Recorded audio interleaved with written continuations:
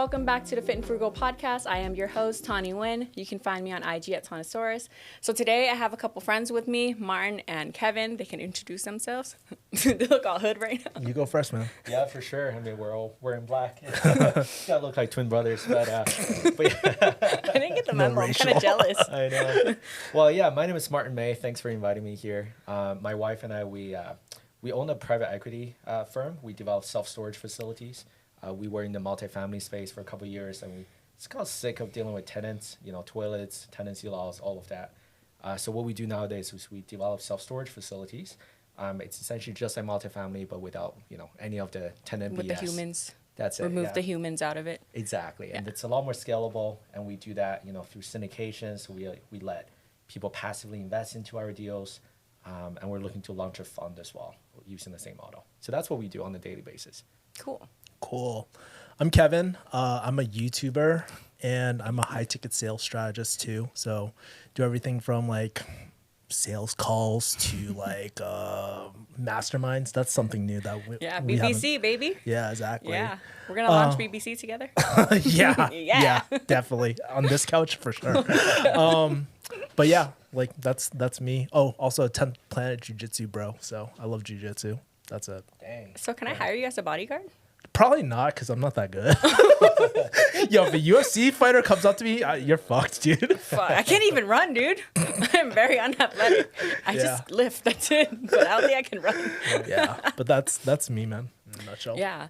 So today, on the basis of the Fit and Frugal podcast, like I remember when we were kind of talking about it at Brian's, and we came up with this thing that was called, what did we call it? Unethical life hacks. Unethical life hacks. Yeah. The Frugal edition, right? Yeah. And I thought that it was like one of the most interesting conversations, not because we are all Asian, which I feel like has something to do with it. We happen upon this Asian thing together, but I don't think that's why we became friends. So let's talk more about unethical life hacks? Unethical life hacks. So that's just a nicer, like a PR way of saying like, how cheap are you cheap? How cheap are you? How cheap are we? How cheap are you? I think there's a difference though. Like there's one to be like super cheap, and then unethical life hacks are like borderline scammy, like very like it's kind of unethical. It could be like borderline illegal, maybe not. Where do you draw the line, though? Right? It's like if you get caught and arrested. If you get caught, Yeah. You're fine until you get caught. Yeah. Okay. Yeah. So disclaimer: this is not financial advice. This is not life advice. And I've never done any of these either, like at all whatsoever. We've taken all of don't these come up. experiences from a friend, so this is neither legal advice or anything. So, Did I cover ourselves? did we cover that? Should I call my lawyer? I just want to make sure we're covered. We're good. Yeah, exactly. So what's it? Okay, let's just start off with like, how frugal would you rate yourselves from like 1 to 10? Like 1 being the most frugal, 10 Frugal being the most frugal. being like pretty. I would say like kind of like the superficial frugal, to where it seems like you're saving money, kind of like just buying sale items. Right. 10 being like you feel like you're a strategist, like you know what you want and you know how to manipulate the system, crossing into the borderline of you could possibly potentially go to jail for these morally / ethically / Wait, it's the action of doing it, right? Not just like only knowing. Like, Yeah. 10 is like, oh wow, okay. 10 right. is like, let's just say like 10 is probably where it would cross the line of you potentially getting in trouble. Huh. Yeah, I'm probably like 8 or 9, I would say. And Damn.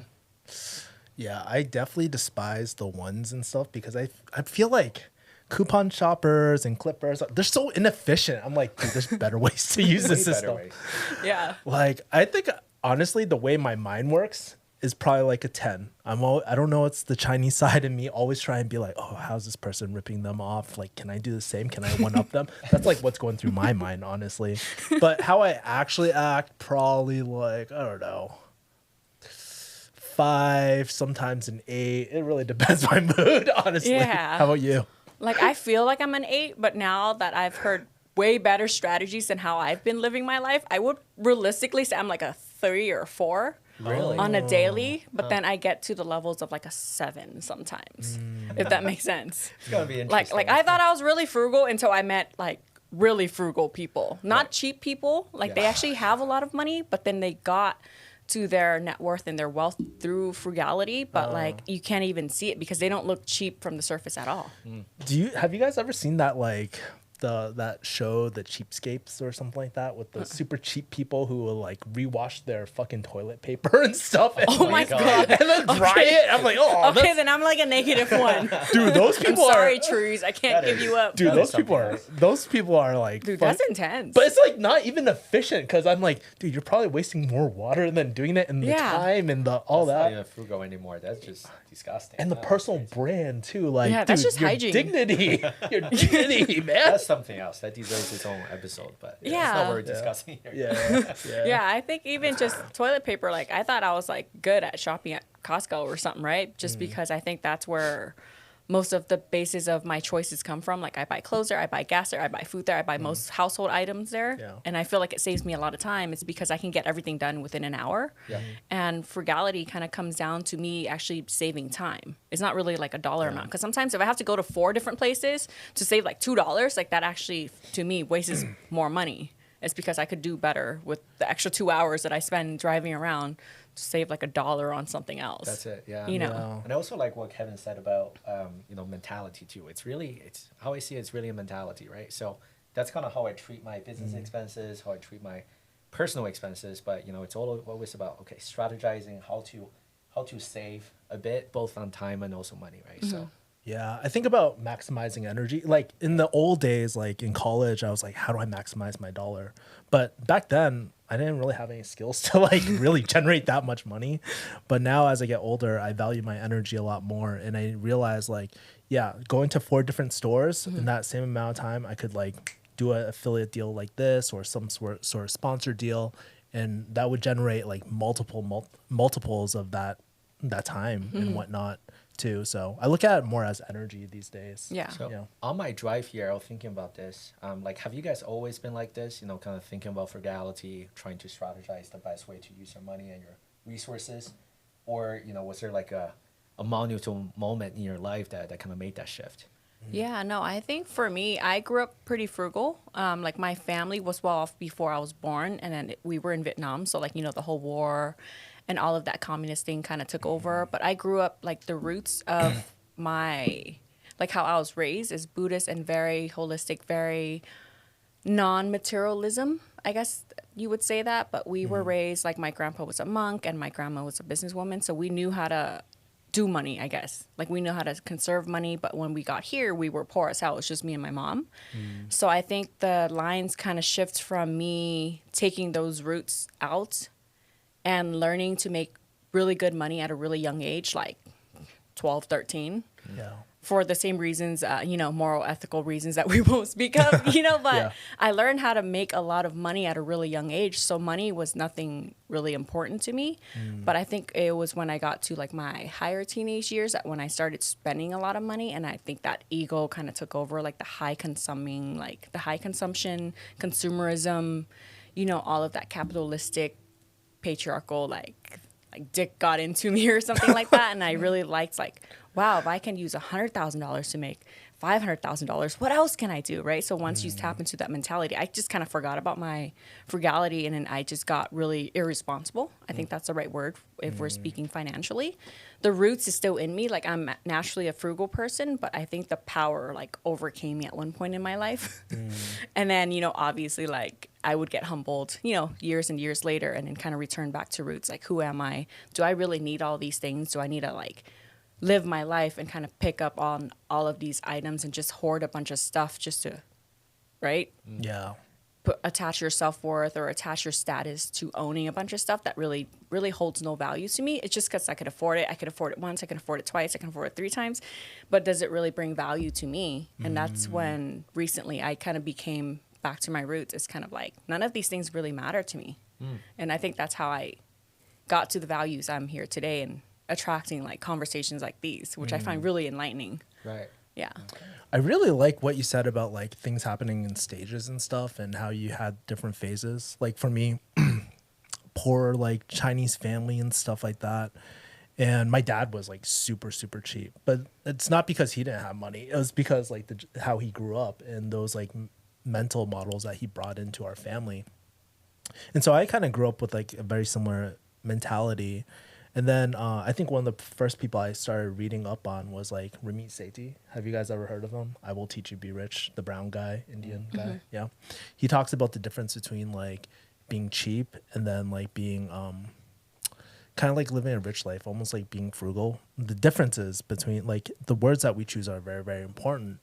And something I really like that opened my eyes like, oh, there's more than just like saving just money and stuff. It's how I like choose to, it's almost a mentality of like intentionally spending on the things that that bring us value, like you said earlier, that really aid us. And so for me, I never like really bought like super ballin' stuff. I always spent on education, like courses, assets and stuff and like that, because that's what I always valued. So, but as I get older, like when I became a pharmacist, dude, I was spending a shit ton. Like, dude, I had Amazon packages. I didn't even know. I was like, oh, I ordered on Amazon, but it's that late night scrolling and shit, right? Yeah.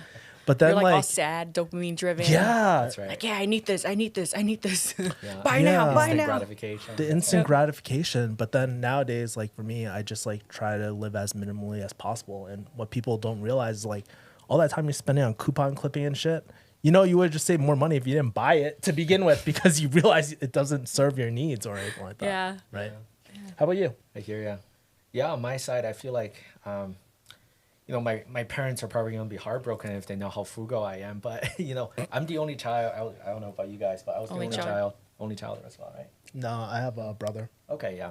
Yeah, my parents, you know, growing up, it was always about me. I was always the center of attention. They were trying to provide the best for me. So they definitely weren't frugal with me at all. So I feel like I can't say I got it from the Chinese side, but it must have been, you know, when we moved out here, you know, we financially weren't doing too hot. You know, we slept at, you know, McDonald's. We skip bus fares, which was absolutely illegal. So that definitely wasn't ethical.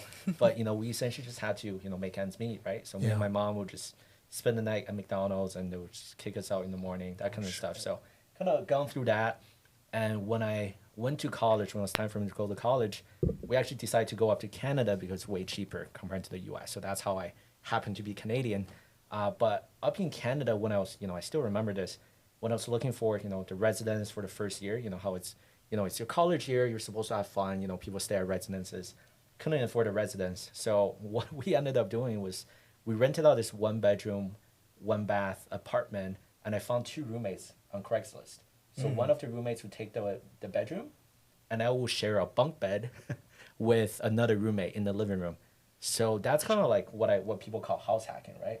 So my mom and I, you know, basically kind of did that out of necessity, and that's kind of set me on the path to realize, hey, like, yes, these are your living expenses that happen on a monthly basis, but there's a lot of ways you can work around it if you're willing to make the sacrifice. And that's also what we did when we bought my first property. It's a duplex. So instead of buying a condo, we bought a duplex and rented out room per room. I think your previous guest is literally that's what he does, right? Like room by room renting. Room by room, yeah.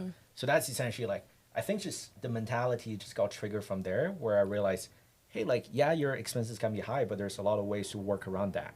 And I feel like that's why I'm living as frugal as I am today. That's kind of where it came from. I'm kind of curious about you too. Like, how has your money relationship changed over the years too? The way that you look at money, the way that you value money. How has that changed over the years? I definitely did not value money when I was younger, just because I had more of it. Like, it was so easy for me, and I think it just became, like, the excess liquidity in my life that was kind of, Are you talking about during your teenage years? Or yeah, like during, like, my 20s. Okay. Like, when my 20s, like, the weird grind hustle culture to where I was, like, flooded in cash or whatever, right? But I had no life, no relationships, like, no sleep, like, no nothing, and all I cared about was money. Was just the process of making it. I think it was more like a coping mechanism. It's because that's how I felt joy. But it wasn't really joy. It was more productivity. It's because I attached like my self-worth to making money and my ability to have a lot of money. And I didn't really have a strong relationship with it. It's because once it came in, it comes out, right? Because your lifestyle got so highly inflated. Your friends changed because now all your friends are making money, right? And I hang out with bigger circles, and compared to them, like, they have tens and millions of dollars, right? Like, you're just always a baby step away from making more and more money. So that became, I think, a more toxic relationship to money. It's because I wanted more of it, but I wasn't really conserving it. So I was never really conservative when I had a lot of money. It's just because I knew I could make more. It's more of an ego thing. It never came from doing anything like soul enriching kind of work to where I actually found fulfillment attached to the value of the money that came to me. Right. So now that's why in my 30s, I'm finding fulfillment doing something different. Like I want to explore more passion. I want to actually do things and build more relationships, organically, and just have better relationships with people that I make money with, so that I feel like my life path and my karmic retribution is a lot better, coming from making money in certain ways. Money is still money. Dollar is a dollar, right? Like, just like you said, if you don't spend that dollar, you're not saving that dollar. If you're buying that item, like you're not $10 poorer or richer. Like you just have more things. The money doesn't really change. But what changes is your relationship, like with yourself and the people around you. And I think that was how my relationship with money kind of cascaded over the years, is because it didn't really come to me in the way to where I feel like I deserved it, or, it came at me in a more spiritually, abundant sense. Okay. I feel like maybe growing up, you've always found a way to make money. So the relationship you have with money is slightly different than my story. I can't wait to hear yours as well. But I feel like, until I graduated from college with my marketing degree, until then, I was just making, hourly jobs, and I was making very little money. So I had to save, right? I had to squeeze every dollar. I had to work overtime, take on different part-time jobs. And how I felt about money, how, relationship I had, as soon as graduation, I felt like I was balling out, making like $40,000 per year, because that was the most money I've ever made. $25 an hour, right? Yeah, when I was at 23 years old, right? I was like, wow, this is awesome. Yeah. So I felt, rich. It's so funny to say that, but like literally felt rich, right? I was like, oh, maybe I don't need to house hack as much. Maybe I can rent like a nice apartment. And I feel like a lot of Americans and Canadians are kind of in that trap. They're, they couldn't make money. Now they have a really good paying job. Probably pays way more than 40,000. But I'm just saying, they feel like, oh, I can really elevate my standard of living. So I need to, do this. I need to buy a really expensive car. I need to do that. And they're constantly just in a trap almost, right? They can't really start a business. They can't really do their own thing because they really elevated their standard of living as soon as they start making more money. And what changed for me, I would say like the phase that's really monumental was when I started, my business doing real estate. So we started, wholesaling, and we started, having employees. We started having, obviously making way more than 40,000. But what's really interesting is like the resources that we had, it's no longer, okay, like my employer's resources. It's my own resources. It's like, okay, how do I capitalize on everything that I have? How do I nickel and dime the suppliers? How do I, save money in order to really make sure that I can reach my business goals?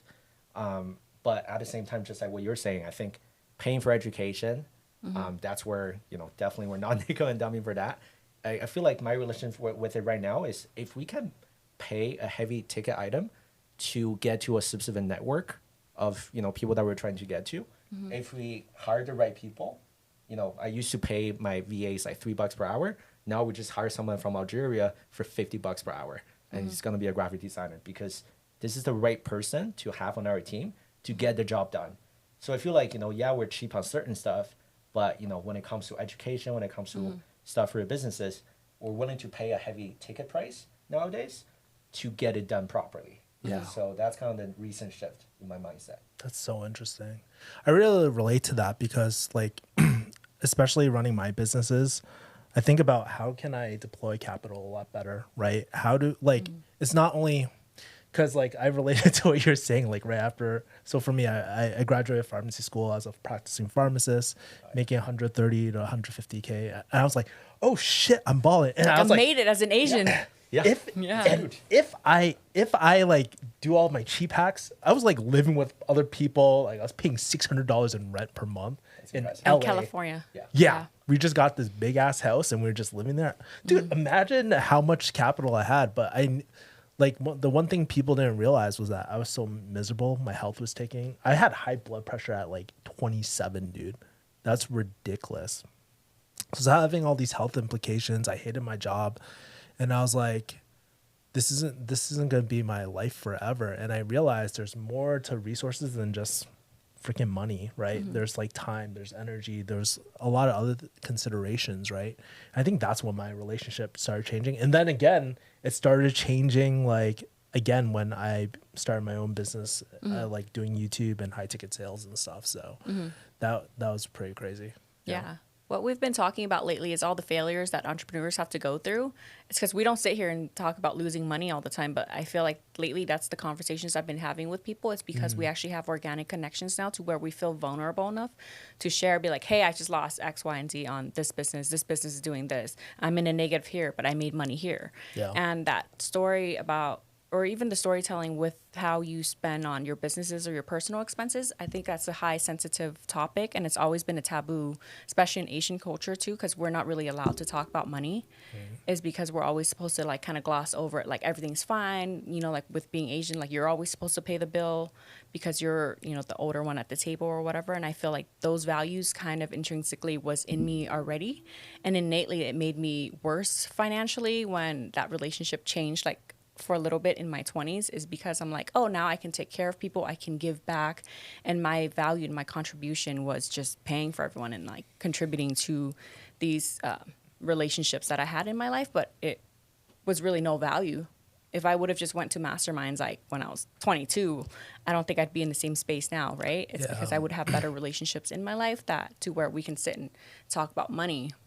You know, that's why it was just funny how we shared about like all these unethical things that we do to save money, and people don't really understand. It's like, you guys make enough money not to do all of these things.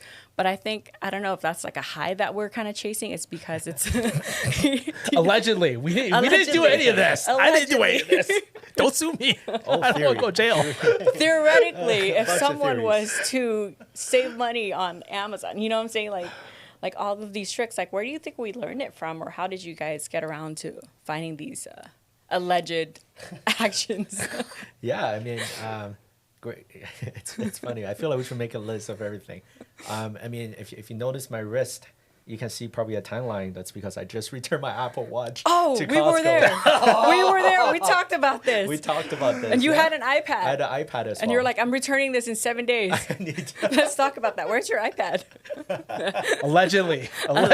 Yeah. Well, see, Costco is really good, so I can tell Costco in the face that that's what I'm doing. But yeah. But other stuff probably not so much. But yeah, Costco, you know, has this return policy where unless it's electronics, you can return like at any point after 5 years after you use it, you can literally return it. So what are just some of the funniest things that your friends have done? Allegedly. Allegedly. Yeah. I mean, with my like Apple Watch, with you know, we usually have an iPad when we go to these investor meetups. We show them our deal specifics, and we just have to return it within 90 days. The thing with electronics, you know, every year there's a new one, there's a new model. So I always feel like a sucker, like buying the latest iPhone, and then the next year, it's already outdated. So yeah. I don't know. I will honestly do this with electronics all the time, and I'm proud of saying that too. But you know, other stuff.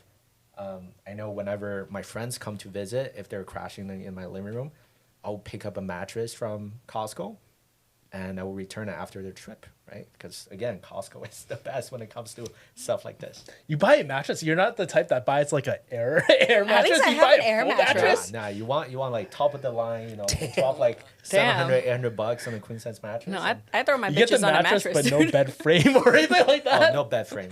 That's too much. We're not rich. We're not returning that shit. Yeah. I'm straight up like, here's a $99 mattress that I got at Costco. Here's some sheets. Good luck. That's hilarious. But yeah, I mean, something that's really unethical, I will say, that I've seen people do, and it's you know, worth a try as well. Those like budget airlines that, you know, like Frontier or Spirit. Yeah. You know how they don't have like working Wi-Fi per se? It's not like Delta or United. You know, they have working Wi-Fi. Like, so technically, if you go on those airlines, if you buy anything from the POS, if you buy, you know, a bottle of whiskey, or if you buy, you know, a snack or anything, they'll run it through their POS, but they can't really process your credit card. All they're doing by inserting your card is to take your credit card information, and they can run it as soon as they land when they have the internet access. So what people can do is you can literally just swipe whatever you want with the expired credit card, and they can't really charge it to you. You just got free drinks and free beverages and free food. But you have to endure that like plastic chair. I've never been on one of these, but I hear like. I'm sorry. I'm sorry. Over a free drink? I don't know. Well, I mean, it's maybe budget airline. No, right? he's gonna get all the fucking Ritz crackers and like bunny fucking whatever crackers. And then you open up your own like store and sell that. Arbitrage. Nice. Zero acquisition costs. Zero acquisition Oh my costs. God. Yeah. So that would be something that's really unethical that you could do. Man. Okay. So my turn. Yeah. So something that so it was actually, you know, what's really interesting is like I think if you own your own business or anything like that, there has to be a little creative element or thinking outside the box. And I noticed this first inkling of this happening when I read that guy Ramit Sethi's like book, and he was talking about credit card perks. And I was like, yeah, I know the travel hackers, they always take out credit cards and stuff. But what I didn't know are all the like perks that you get from credit cards. Like you get primary auto insurance from some credit cards. You get like, but the ones if you want to be allegedly unethically like life hacking, right, are the double warranty ones and the purchase protection. Do you know about these? No. Okay. See, that's why I don't think I'm as frugal as I claim to be. So that's why I say It's just being realistically, I'm a crafty. 3-4. You know. It's just being Resourceful. It's kind of See, this is resourceful. why I have friends. Outsourcing. So think about this as like your Costco, right? But let's say if I buy from Amazon and supposedly it gets stolen, it gets broken, maybe a minor ding, right? Technically for 90 days, that product is covered, right? So you can file a claim, get everything done. Double warranty, right? Let's hear it. Double warranty. Oh, let's say you get AirPod Pros or something like that, and you're just like, huh, it suddenly is not working anymore after what's the normal time? 1 year? Sure. Let's say 1.5 years, right? Since you have double warranty, then you can file a claim, and they never ask for the product back, so you get the credit and allegedly you get the credit and the product then. Allegedly. Zero acquisition costs, and then you sell it. And then you can sell it on Facebook Marketplace, allegedly too. Oh my God. And allegedly you can double dip. And then when the product goes, like, if you still love that product, right? You can by that time, by 2 years, it's probably like really lowered at that point. So you That can is just true. buy it used and like get it for like what, $100? Yeah. Or Yeah. like $20 or some shit. I've heard of people flipping like used items before too. Right. Right? Or just claiming losses on all of their Amazon electronics and just flipping them back on like OfferUp and Facebook Yeah. Marketplace and stuff. Yeah. Yeah. There's a max limit though, but I mean that's one way. So This actually reminded me. I literally just not that I did something.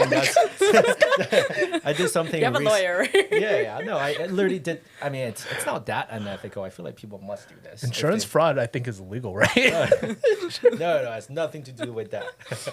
Whoever is editing this, please make sure. I'm starting something new here, separate from what Kevin said. Yeah, separate.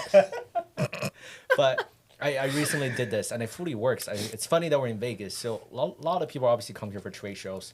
And if you're in the trade show business or you're in marketing department, probably work with a big company called Freeman. They basically, you can rent all the, TVs, you can rent like, furniture from Freeman.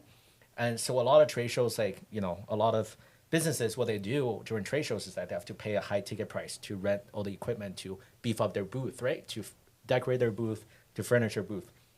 I was recently in Niagara Falls for a conference. My wife and I, instead of paying a supplier, we just got, TV from Costco. We bought a desk from Costco. We bought all kinds of, gadgets to really present our booth well, to show that we're really prepared.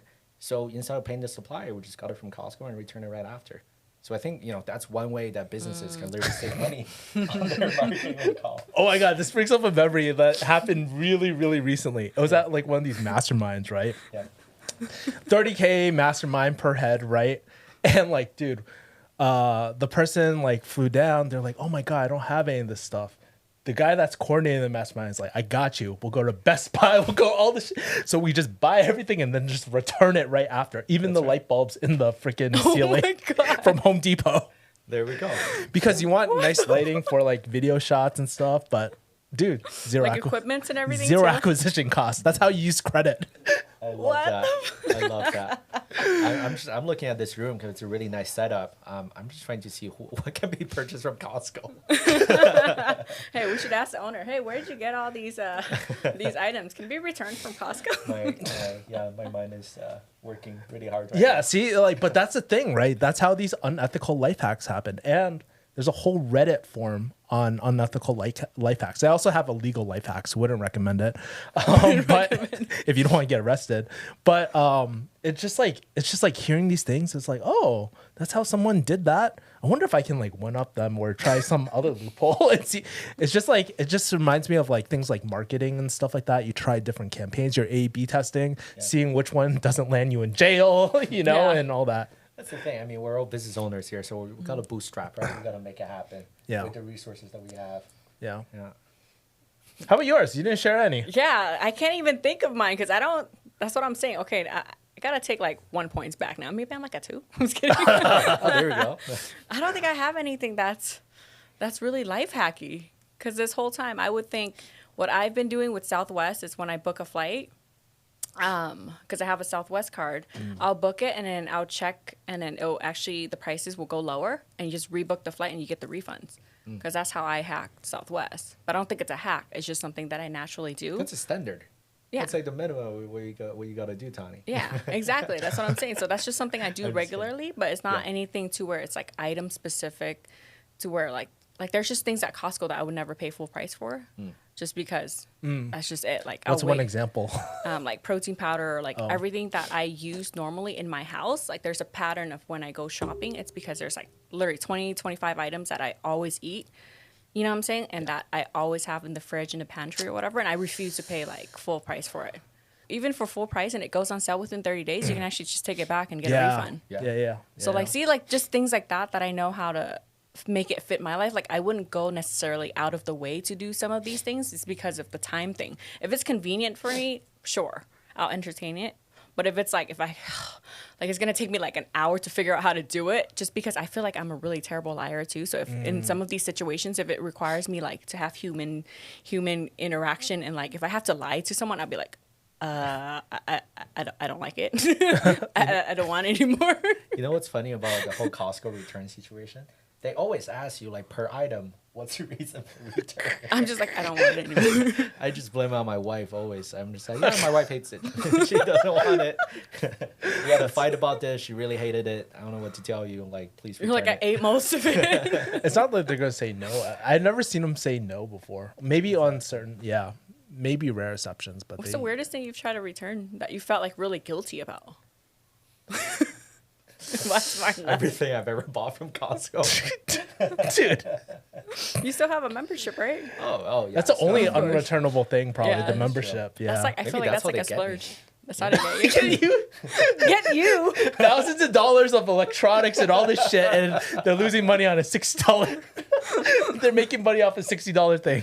I think you definitely came ahead. I think you're up at this point, dude. Right, now I feel good. Now I can sleep at night. Yeah. I think the weirdest thing I've ever returned was probably like hot dogs at like Costco or something like that. But it's like, oh, this has pork in it. I don't really want. It wasn't because it was cheap or anything. I was like, I don't think I want these anymore, and I just returned it. That's the only time. But all the other stuff, like electronics or whatever, I never felt bad about. But hot dogs, I'm like, oh, dude, I know that's going to go in the trash, but I'm not going to eat it. So. Yeah, I don't know if it's just because I came from a hospitality service background. I've never really sent food back. Like as much as like how much I hate it, if it's too salty or whatever, I just won't eat it. But there's just something in me. That's what I'm saying. Like I don't know if there's just like a. It's nothing personal. Like it's not personal to like the waitress or whatever, but to me it's just like that's what I figured out too. Because I know I've talked to people to where they're like, I'll eat a meal like more than halfway, to when they're like almost full and just send it back, get a new meal. I find that really unethical. Yeah. Like, that's what I find unethical. And I think there's a line of what you find morally or ethically, like, what your values are. And I think food is one of them to me because I don't know. But I do get mad when I spend money on food and, like, I hate it. And I'm like, fuck, I wasted, like, $40 on this shit. Right? You know, like, as you're saying that, it reminded me, like, do you guys have partners, like, significant others? No. Mm-hmm. Yeah, so what's your partner like when it comes to stuff like that? Because my wife, just speaking from my personal experience, she was like the opposite of me. She didn't even feel comfortable talking about money. So like at first there's like some friction. Like you guys know the app like Splitwise. Have you heard of it? No, essentially it's like when your friends go on a trip, you know, you can contribute the expense that you pay for, or let's say Tawni pay for something, and the platform automatically, you know, calculates, okay, Tawni owes this much. Where it's like Venmoing individually and stuff. And it's like awkward because you got to ask them for money. Oh, let me do the math. No one likes doing the math. Oh, you got to send me $15.84. So it's like really good for that. And Lynn got mad. Our first fight was about that. You know, Lynn got invited to this party and she was asked to contribute into the Splitwise platform. She's like, what the hell is this? I had one drink. I bombed like a little weed off this person and they sent me a Venmo request for this. It's like, what is this? I was like, wow. You took one hit of weed. You owe me $2. One hit. It's like, this is my friend group. I don't know what to tell you. It's like, she's like, well, in my culture, this would never happen. You know, we don't feel comfortable talking about money. But now she's like fully on board. And she's like thinking of ways to save money and be frugal with me. So I think, you know, it either creates a lot of friction for people who have partners or, you know, thankfully, if you're on board. No, you have to be spiritually aligned, and that's the financially aligned conversation that you should have even before dating or in the beginning stages of dating. It's because if someone doesn't spend the same money or doesn't have the same relationship, it doesn't matter if they have like the same goals or visions or mission or lifestyle as you, but if you don't see money the same way, like I think that's where the friction comes in, right? It's because you can conserve on certain things and try to make excuses for other things. Kind of like, oh, but this is an experience and this is a vacation. It's like, no, like, do you want to travel or do you want a vacation? And I think that's two completely different platform for me. It's because, like you said, like you like traveling too. But like, why do you travel? It's because I don't really travel that much. I like relationships. That's where I splurge the most. I splurge the most on like eating with friends, like experiences and like just enjoying life. Yeah. But there's people that's like, oh, let's just go on a trip. Let's go on a trip. I'm like, why do we always have to go on trips? Like, can we just hang out? Like at my house for free? Like, can we not do anything that will cost me more than like $2,000 for a weekend or whatever? And I think dating is always like that. Because in the beginning, you want to kind of like, oh, like, let's be fun and do all these things. But I find in my new relationship, I'm like, let's do all the free things. If we hate each other and can't spend like time with each other doing absolutely nothing that's like fun or whatever, like you're not really aligned, right? Like, who are you without nothing? Who are you when you're not spending a bunch of money on a date? Who are you without your $500 dinner, right? Anyone can do that. Like, we're capable of spending that. Does that mean, can we afford it? We probably can, but like, if it takes that monetary value to like be able to date someone, to be able to connect with them, like you're not really connecting with them. You're connecting with the activity of like the newness, the novelty, and the things that you're able to enjoy. Like, sure, let's go to Gordon Ramsay, let's go to, you know, Jose Andres or whatever, and have the new experience and share that experience. But do you remember the conversation that you have with that person of like what values you share or what, you know, what your goals are? Yeah. If you can't even remember the conversation because you're drunk and it costs you $500 to be drunk, you can do that at home for a lot cheaper, you know? Yeah. I find myself chasing a lot of, because I'm so relationship based, I find myself like, going back to, like, I've had those like really nice experiences and they're in the moment it's cool, but I find myself just like missing those teenage college experiences where, like, you know, recently actually a purchase I made, you're gonna be mad at me because I didn't return it yet. But in my bag over there I actually bought my I bought my dream camera from back in the day, and it was not that much. It was like back in the day it was a lot. But what's your dream camera? It was like the Casey Neistat one back in the day. Like, and I was a pharmacist. That's how cheap. That shows my relationship with money. I was so cheap back then. I didn't even buy that camera. It was only like $700 back then. Now it's like $200. I'm like, wow, dude, that's freaking cheap. But that brought me so much joy in my life because I was like, you always wanted. It makes me excited to shoot content again and stuff like that. And I think those are the areas that I find myself going back to. Even when I go eat with friends and stuff, I miss like going like to those casual places, the gringy hole in the wall Asian restaurants where they serve the best Chinese food. I love those things, you know? Yeah. Yeah, I feel like just like, you know, you invest in experiences and relationships. You know, I mean, we talked about this. We all invest in education, right? Like, there was this one Canadian event, it's called the Multifamily Conference Live, whatever it's called. Yeah. Grant Cardone was there, A-Rod was there. So like really, really good lineup. Like anyone that's in Canada that's remotely in real estate or multifamily is there. And the highest ticket price tier is like VIP. It's like $5,000. You can buy a ticket for $5,000. That's VIP, or you can buy like the basic level. That's like $400 or something like that. Yeah. So I kind of make the post about this because like I remember my first job. I was trying to ask for a $5,000 raise. They wouldn't give it to me. It was crazy. But I just dropped $5,000 like that on a ticket because I was like, yeah, like I'll be in the same room with Grant Cardone and A-Rod, and there's like a Q&A session with Grant Cardone too. And also the kind of people that you get to meet as well, right? So, but what's really interesting on that trip, talking about how frugal I actually am, because I don't, my wife didn't come with me. I was the only one there. I stay at a freaking hostel, guys. I stay at a hostel. I share a room with like 6 other people. And I was all decked out in my like 3-piece suit in the morning. And I left the hostel and people were at the front desk. They're like, what the hell is this? What is this like clown doing at the hostel? But it was just so funny. I spent like $5,000 on a ticket, but I was too cheap to pay for a real hotel. No, but I like that because it's like that intentionality, like that's something I spend a lot of money on recently. Like I probably spent like yesterday, I think 2 days ago, I spent like it's not a ton of money, but like $7,000.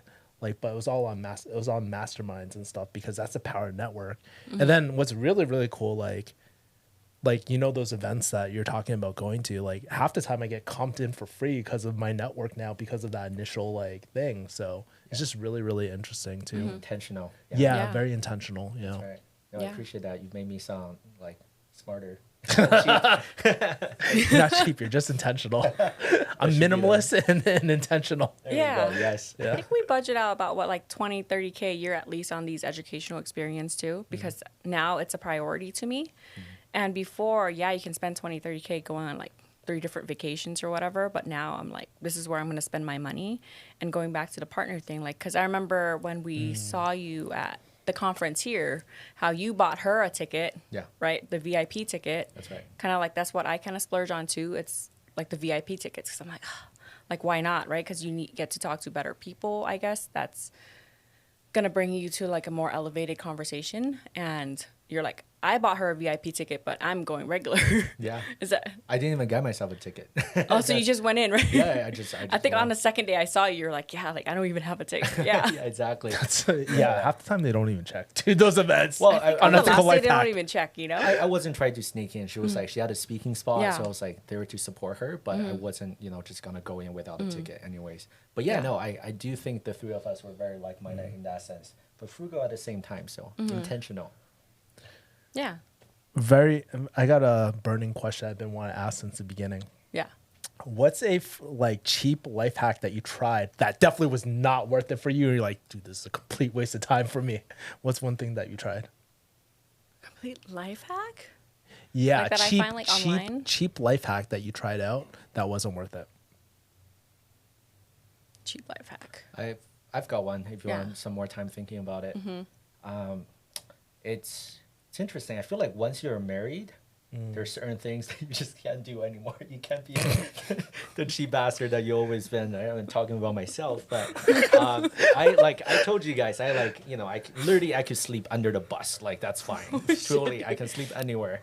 But that's why I used to house hack. I told you, like, even when we're renting, I used to rent hack. Right? I used to live in the bunk bed in the living room, and so I could not pay rent. And even when my wife and we got married, she's a 50-50 partner in everything I do. So we're like fully in it, and she gets it. She understands house hacking. She's fully comfortable with it. But as soon as we are married, our sex life and all the talks that we'll have, like regarding business, all the, little date nights, all little cute things that we do, you don't want people around anymore, So this is actually very recent. Like we recently stopped, kind of sharing our living space with other people. It's, as a married couple, we wanted to do the right thing and wanted to, save money by sharing the expenses, by having roommates. But now we're just like, we're never going to do that again because it's too much having other people around us when you're married and have a dog. It's too much of a mental space that you have to give up for other people. I think that does really cut into the relational aspect too, and it'll actually cost you more money in the long run, right? Yeah. Not saying like it's going to cost divorce, like there's no direct correlation to it, but if you're in an unhappy environment like all the time, it's just going to stack day by day. Yeah, you're going to resent each other. It's like, why are you here? Like, why is this person here? But to answer the question, like there was one time I tried getting an upgrade to like a hotel suite or whatever. I was traveling at a conference and I was telling my friend, I told you I'm too chicken shit to like lie to people. So it was terrible. So I was like, hey, we probably can upgrades. And I tried to play the girl card, right? I was like, hey, you're hot. Like, let's just try to like get upgrades or whatever. And I don't know what the fuck happened, but we were like, not flirting, but, you know, she was like, oh, da-da-da, it's just me and my girlfriend. You know, we want something with a tub and all of that stuff. And yeah, like we got like a really nice penthouse and all that shit. But later it was like billed to us. Like we actually had to pay for it. So that did not work, dude. And I was just like, oh. I mean, like we had the money to pay for it, but we tried to do like the frugal thing of like flirting our way into something. And that's when I found out, I'm like, I'm not very good at this. Oh, and, yeah. You know, like, oh I'm like, God. am I doing the girl thing the wrong way? Like, I don't think I've ever flirted my way into anything for free or anything for cheap or whatever. Like if things are handed to me, like a drink or whatever, like I feel weird. Like I can't receive, because before it's like I wasn't in that place of like receiving things from not even like male counterparts, but even girls. Like I had a hard time just accepting things from people coming from an Asian culture that like I wasn't really raised. I was raised an only child. I was raised hyper like independent. So like I pay for things, I pay for you, I pay for you, I take care of you, like I got you. But it's never the same way of like, hey, get me. It's because I'm in trouble, right? But yeah, that was the one time to where I'm like, now we have a $2,000 room and we have to pay for it. Motherfucker. Oh, for like 3 days, dude. I was really mad. I was like, So I went for $500. Yeah. I do something similar, but I mean, instead of flirting, I would kind of play on either a honeymoon card, right? Like inside my heart, we're on honeymoon. Like we just got back from Niagara Falls, as I said. We rented a Kia Rio from Costco, travel.com, obviously. It was like the cheapest tier, right? It's like a compact car. Yeah. But I negotiated my way to a Colorado Silverado. Like that's like... Damn. Yeah. Yeah. Because like the excuse I use is either a honeymoon, where I tell them, hey, this is really embarrassing, but I'm actually supposed to pick up my parents-in-law. Like, would you mind just give me a free upgrade? Like, I don't have the money to pay for it, but could you give me a little bit of an upgrade? It usually works. Like, they kind of feel bad for you. They really feel you. So yeah, try that. It's another life hack. But you got to be super explicitly clear with them. It's like, I'm not going to pay for an upgrade, but could you give me a free upgrade? Again, that's why the disclaimer was I'm a fucking terrible liar. Because when I start lying to people, I start like fidgeting. Like I'm just like I start stuttering. And that's why I'm like, and I start sweating. It's because I don't really know how to like I feel like, you know, with the tactful communication that we've talked about, like it's like I feel like I'm well-spoken. I'm very diligent with my words. I'm very assertive. I'm very direct. But when it comes to lying, like I get really weird. Like I'll be like, can I get this for free? Like, I'm not gonna be in tears and shit. Oh man, Please, sir, can I have this? You know? Like, do you want me to beg for it? I feel that. What about yours? Yeah. I have two thoughts, right? So I'll share mine in a second. But as you're speaking, I was thinking about like, you know, this isn't unethical, which kind of like kills the thing. But something I think about is like compassion and just being like a very kind person has probably gotten me the most free shit in my life. Like I've been in 30K masterminds where I didn't have to pay a dime and all this other stuff. And I was reflecting on that too, because I think when I was younger, I always try to people please, manipulate my way into getting free shit. But for the things that actually matter, like being just really, really kind has just really paid off. But back to the hacks that didn't fucking work, it was probably like in college. And I found this world of, you know what they say, like sometimes what pisses you off is like what you project, like your own projection. I was a couponer at one point. I was at Coupon Hacker before, and I remember. Wait, like, that's the event? A coupon hack? It's like those coupon like people. Oh, Yeah.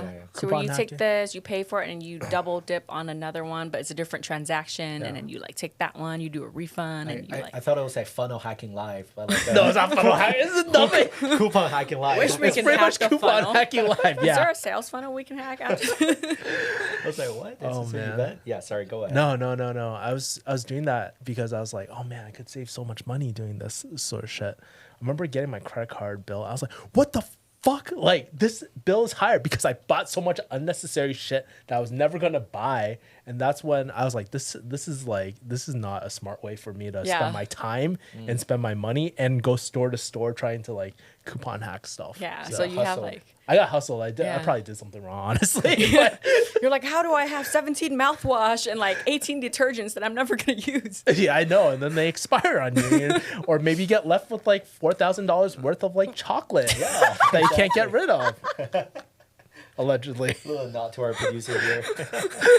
Allegedly. Oh man. I'm fucking dying. There's another hack that I've heard is people buying engagement rings and wedding rings from Costco and like returning it and just claiming like they got divorced or something. Like, I don't know if it works. I've never been married. Wait, so you return it? Yeah, they said like you can buy jewelry at Costco or something like that. Yeah, they have jewelry section. And like years later, just return it because they don't have like an expiration date on their returns or something. Is that true? I don't know.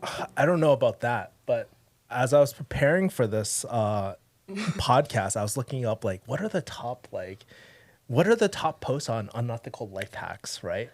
One of them was going to divorcees and like freaking old people and buying their engagement rings to and wedding rings. That's like a wholesaler.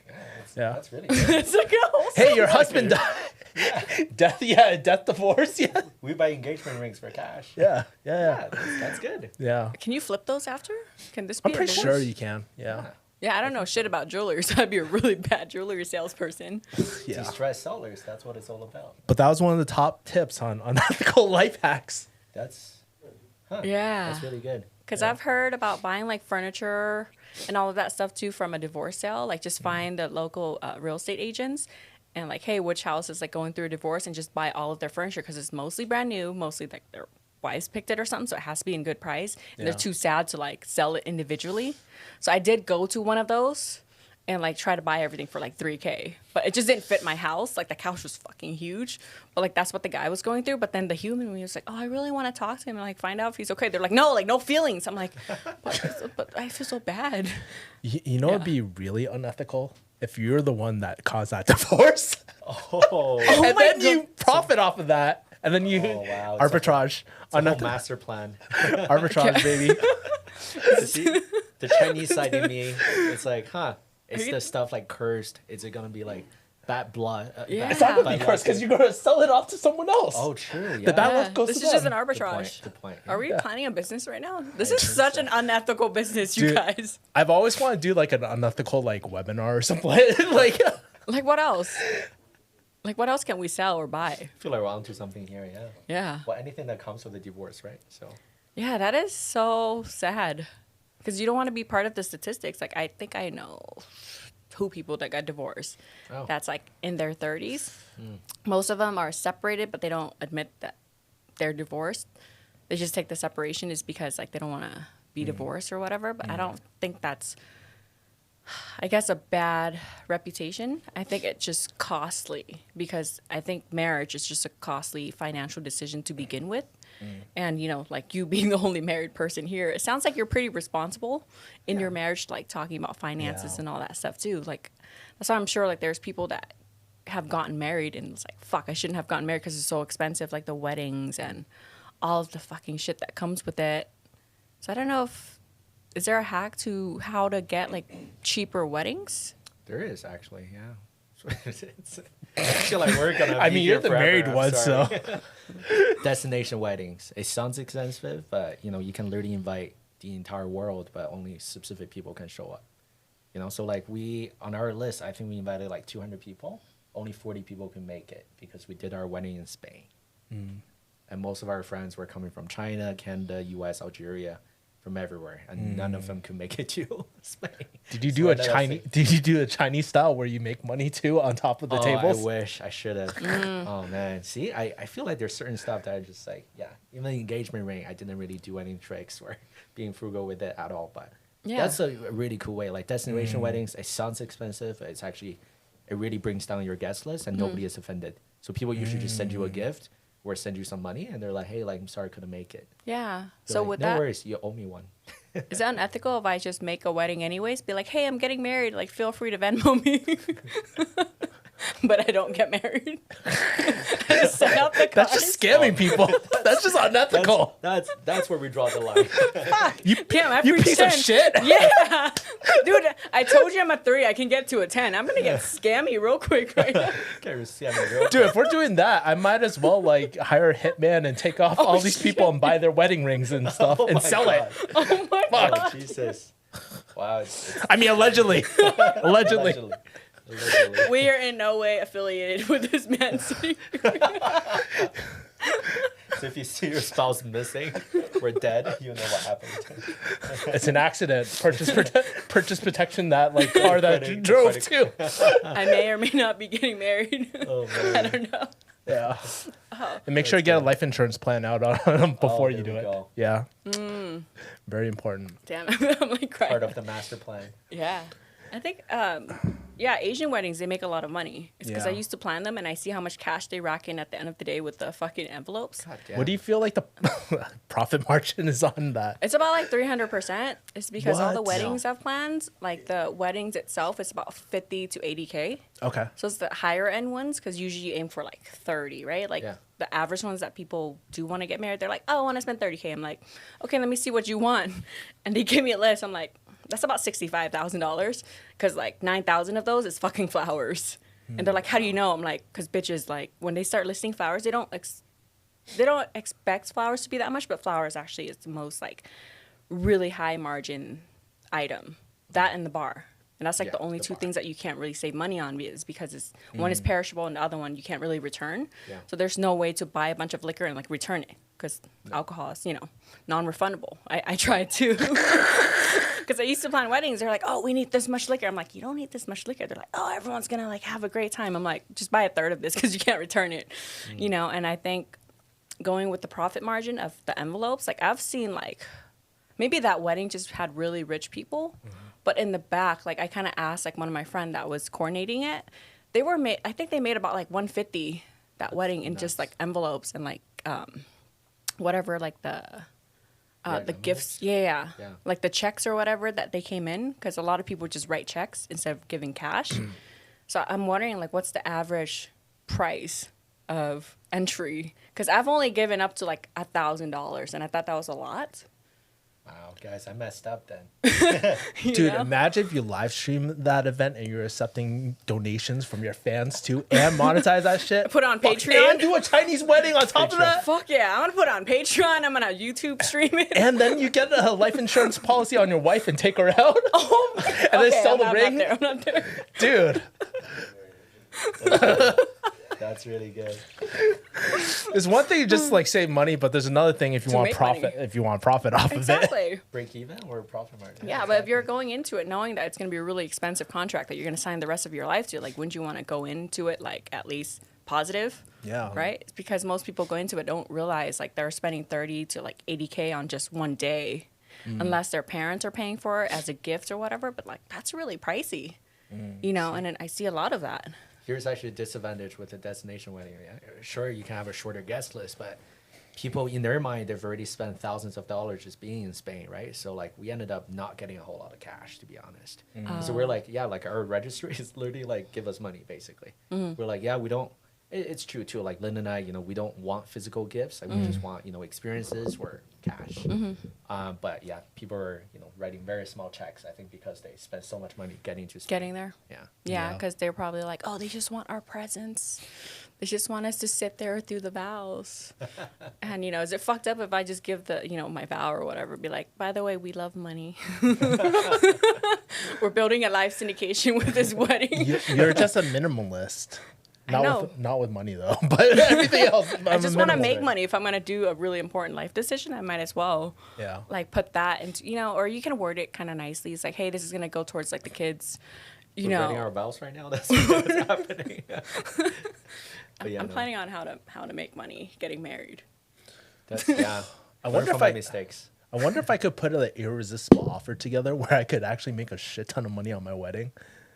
Let's hear it. Oh, I don't know. I'm thinking about it. Let's talk about it. It sounds like a partnership coming up, dude. We can make a business out of this. And then you can sell other people. Be like, dude, I can structure this. I got the salespeople. I can structure this whole thing so that we can monetize your whole family and shit. Yeah, like the PR, the writing down to where like they'll feel good donating, you know? Like I've thought about like maybe if I do like a good cause booth in the back so where they can donate to like charity and all that stuff too. And the charity is just your bank account. No, the charity is an actual charity. You're good. You're good. I'm catching on here.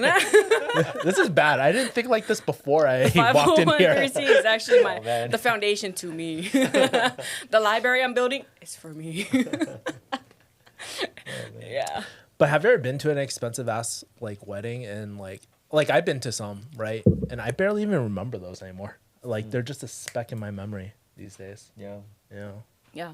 I think what people spend the most money on now is to have, I wouldn't say like the instant gratification of people like posting all of their stuff, but most of the weddings that I planned in the past like 5 years before I stopped, they did a lot of like geotags. They want live filters. Like they want it to be like an Instagram event. Like they want it to be like all over the feeds, like people having fun, dancing and all that stuff.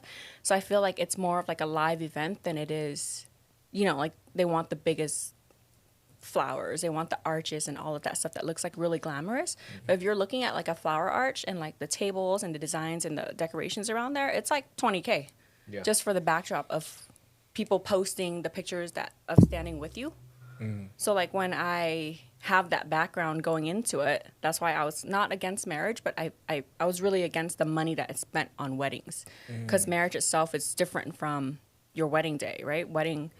The wedding day is like a one-day event, but for me, marriage like kind of starts at the time of your commitment. It's not at the time of you saying your vows.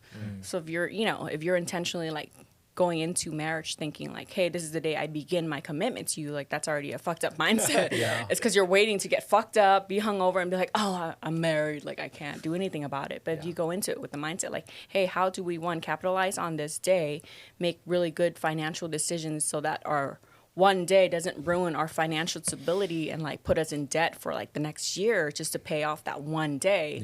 Like I think that's a different mindset of like what to me frugal is, and like that's the kind of life partner you should be thinking about, you know? That's right. Yeah. Unless you're from like certain cultures where you just have to. Like Indian weddings are insane. They're like, ooh, they're like Coachella. Yeah, I really want to go to one. Like I see like the elephants and stuff. I just want to play with the elephants. I don't know. They're like 4-day, 5-day festivals. Right? Dude, it's so crazy because their culture is very like frugal, cheap, and all that. But then like the weddings, they just go like fucking crazy every single time. That is so true. Yeah. Do you mind sharing how much you spent on your wedding, or is that something that Lynn's gonna text me like, what the fuck? No, I don't want your wife after me, man. Wait, we spent this amount? I know your wife too, man. I'm kind of careful. I'm treading lightly. We could have sold the flowers to the funeral home. Yeah, I'm treading lightly. It really wasn't bad. It was around just under 50,000 euros. So it's not that bad. Yeah. And this last summer, that's when we got married. And euro and American dollars, they were basically 1-to-1. So, okay. Yeah, it really wasn't bad at all. So you were into statistics that I was saying, right? Well, the average wedding. Oh, yeah, I was. Yeah, no, I think that's a really good average. But as you said, you know, where we could have saved money is, you know, we could have done, you know, as you said, like the alcohol ourselves. We could have done the flowers ourselves. Honestly, the cake was a fucking ripoff. It was literally the tiniest cake. And it was like, I think 700 euros for like the tiniest wedding cake. And wedding dresses. I feel like there must be a better way for wedding dresses. Like she will never be able to wear that wedding dress again. Yeah. It's a freaking white dress. What are you going to do with it? She's North African, so she has, you know, 7 different dresses. All the other dresses, you know, you can wear that, you know, in certain occasions. But like a full wedding white dress, did she drop like $2,000 on? Like there's no way she can wear that again, right? So kind of hate it. You know, I took those as L's, but it was overall really fun still. Usually like the 5-tier wedding cakes that I've seen, it's about like $2K. Oh yeah, we didn't even get that. Like we got like $4K. I mean, not the cakes, the dresses, they go up to like $4K. When I was in the industry, and I have like a really strong affinity for secondhand, I'm like, what if I start like a secondhand wedding dress business where I just like rent them out? But then I think it's more of like the sentimental thing that the brides get to keep, because most of them kind of keep their wedding dresses. Really? And for me, I'm like, I'm just going to wear it once, unless it's like couple $100. You're not gonna wear it to your friend's wedding. I'm gonna wear it once. I'm gonna make money. Hopefully, I want to double this dress's cost if I'm gonna get married in Just wear it to every single wedding you go to. Dude, that's so fucked up. Oh my god. I know, it might be unethical. That's fucked up, dude. Sorry, that's how you get shot. I'm the unethical asshole here. Sorry. Dude, I just almost went to a 10. Like borderline went to jail for the last thing I said. Right. but I think used for sure. I guess like the fitting will be probably the hardest part, right? Because like people's shapes, because they have to like alter and all that stuff too. Yeah, interesting enough, I'm not sure if you ever dealt with this. If any of the viewers are from Texas, if you're from Texas, I recently went to a wedding in Texas. That's why I happen to know this for some reason. On Sundays, you can't buy liquor in Texas. Really? Yeah, you can buy a beer. You can buy all the That was Utah too. Oh yeah, that Utah as well. I think that was Massachusetts too. Where really? I'm from. Yeah. Sundays you can't like buy liquor and stuff. Yeah, but for my like really good friend's wedding that happened in Austin, like they were short on alcohol. They found out last minute and they couldn't buy anything on Sunday. So is that new? I don't know. I think that's always been the thing in Texas. Yeah. But again, I'm Canadian. What do I know? Yeah. we're just scrambling, trying to find solutions. We're calling out frats. We're calling out bars. It was nuts. What was it? Did it end up being a dry wedding? There was enough alcohol. It was just pretty watered down, and all of the local friends they brought in their own supplies. So. Like from at home. Literally from at home. Like they have to outsource their pantries and stuff. Go like half a handle of just like everyone just bringing whatever they can. Oh my god. Bottle. Yeah, so be careful. Yeah. When you're trying to be frugal with planning these events like that. Yeah. I don't drink, but would you guys be mad if you went to a wedding and it was a dry wedding? I've planned a dry wedding before. Yeah, I don't think I'll be mad. The guests were pretty mad. Some of the guests were really mad. Oh. Did they know beforehand? Some of them didn't know. I don't think they thought it was like real because like the signs and stuff would be like mocktail bar. Yeah.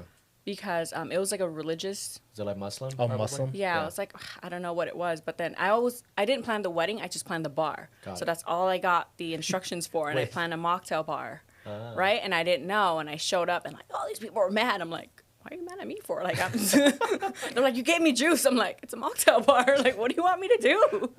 They're like, you gotta have like something back there. I'm like, no. I was like, do you want me to like sell you shots from my car? Like, what do you want? But that was the one time to where I think whoever was getting married should have done better at like putting it on the invitation or something like that. Yeah. But I don't think I would be mad if it was disclosed ahead of time.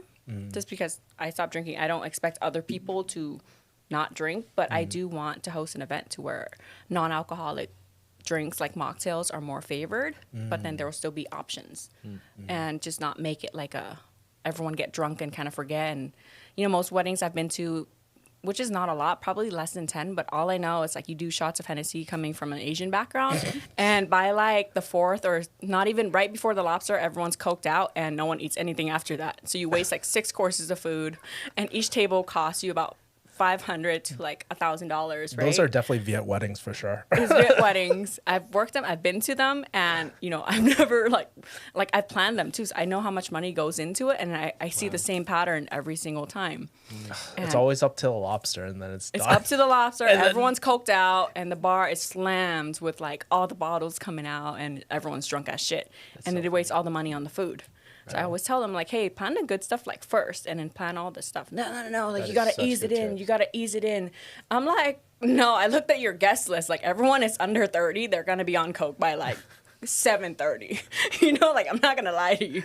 Yeah. They're like, how do you know? I'm like, I'm planning your bar. Like, I know how much liquor you're buying, dude. It's like $10,000 in liquor. Like, everyone's going to be on coke. Wow, yeah. Yeah. I don't know. That's just my thing coming from the industry and being to some of them. Yeah. And sometimes when I was part of the fucking problem, I'm like, I gotta make it to the lobster. I never fucking make it to the lobster. And I get so embarrassed. I'm like, fuck, I know this shit too. Dude, being sober, I always make it to the lobster. I'm like the only one eating the fucking lobster at that point. Eating other people's lobster. Dude, and then you just package that up and then sell it on the street. Arbitrage, zero. Zero inventory cost. Yep. Zero cost acquisition. What a fucking wild ass conversation today, dude. I felt like I talked to the mafia and shit about how to make money on weddings. Bro, you got my mind spinning. This is why I can't spend time with people like me, like, because I'm like, oh, will that work? Will that work? Like because we're grabbing dinner after this. We're gonna like see where this takes us, right? It's almost like talking to yourself in the mirror, but they actually have different ideas. It's like, shit. The mastermind. Oh, the mastermind. The cheapskate mastermind. Just kidding. Yeah. Wait, so the fit and frugal, like what is the concept behind it? Concept behind it, fit being like mental, spiritual, emotional, obviously physical fitness and financial fitness. And frugality is just a way of life to understanding like where you need to spend money on. And for me, it's more of like a life audit for most people. It's because for me, I'm teaching the basis of like actually understanding your lifestyle number is people only know how to calculate like their financial independent number, right? Pretty simple, like if you know the basics, but they don't know how to minimize their lifestyle number to actually get to that number. It's because the inflation thing really kicks in. And just because maybe if you're making 50K a month, you're spending 40K a month, like you're... That's right, yeah. You know, I had that mindset too. I'm like, I can always make more money. And then one day you stop and you're like, oh, fuck. So it's just about, it's a lifestyle that I feel people don't really resonate well with the word frugal. Just because it kind of makes them sound cheap or whatever, but it's actually not. Like a lot of the nicest and wealthiest people I know are the most frugal people I know, and they live a really modest life with millions of dollars in the bank, and they're happier than ever. Is because they actually only spend money on the things that bring them value, and they spend money on other things, obviously investments and having businesses and stuff, but not on showing that they have money. Right. So that was kind of like my inspiration of how, like from that defining moment of changing my relationship with money and how I live my life, that's just how I'm going to carry those values and hopefully like bring value to other people by sharing these kind of experiences, right? Like tips of how to not go to jail to save money. Frugal. I mean, like, dude, you get free. You just cheap, homie. It's fucking free housing, you're right? gonna be in jail, dude. Exactly. But yeah, no, thanks for asking. Yeah, very cool. Yeah. Good So job. I feel like we're kind of aligned in that similarity of how we choose to live our life too. As business owners, entrepreneurs, we need to save money, maximize our income, make more money, but minimize our lifestyle. Even the studio we're in, right? I think this is a great concept. Like they're essentially the producers. It's house hacking in a way, right? They got their warehouse in the back, and this is used for income producing aspect of the property. I love it. It's a great concept. Yeah. Last thing, because we're going to document this, right? What's something that... Should I call my lawyer? I want to call my lawyer. What's something that will get you arrested? No. No, I'm kind of curious. Like, what's something exciting that you would like for Fit and Frugal to happen to Fit and Frugal podcast? Like, what's something exciting that you're looking forward to? Oh, okay. So, I'm a merch girl. I love merch. I've been buying t-shirts since like I was in my teens, like going to like concerts and all that stuff. And that's just what I loved. But I did recklessly, I guess, overdo them at one part of my 20s. Like I was going to Holy Ship. I was buying like every single fucking shirt on that boat. And Holy Ship is like not cheap, right? Like every rave I went to was like $10,000, $20,000. I know. It's like a whole, What the fuck? I know. Every rave is 10 to 20,000. Well, it's like in the Bahamas and you like make a trip out of it. And it's like, you know, like the Fire Festival kind of situation. Yeah, like you're on an island, you're on a yacht, not on a yacht, on a cruise ship for like whatever days. And then, of course, I won't sleep on the bottom. I need like, you know, whatever, like the deck. I need air and all that stuff. So those rooms are like $6,000, $7,000. So that's what I'm saying. Like I had a really high lifestyle before too. But I love merch and I do see usability in like the lifestyle that it creates is because I do want to make really high quality clothing and just very essential items that don't look essentially expensive but really durable, because for me like durability and longevity of items that you own is really important to me, right? Like the cup that I have, like I refuse to buy a Stanley. Like I refuse to be like an Instagram influencer with a $50 cup. This was like $17 at Home Goods, and my other one has been riding with me for almost like 6 years. It's like falling apart and it's like the straw keeps falling out. So I'm like, maybe it's about time. Did you file purchase protection on that? No, I did not file a purchase protection. Might not be too late. The warranty didn't hold up, right? But yeah, like that's what I mean. And that's something that would really bring me joy. It's being able to kind of bring that mentality towards people of understanding like, hey, like spend money on things that actually will last you a long time. It's because I know minimalism, like the aesthetic kind of culture now, all these minimalist items are actually not really good quality. They're still fast fashion. They're still destroying the environment, and they're still somewhat expensive. Like a lot of these things that look aesthetically pleasing as minimalist items, like they're really fucking expensive. Like I saw some t-shirts that's like $150. That's nuts. And I'm like, I get the quality and all that stuff, but maybe get like a $40 one if quality of the material is your thing.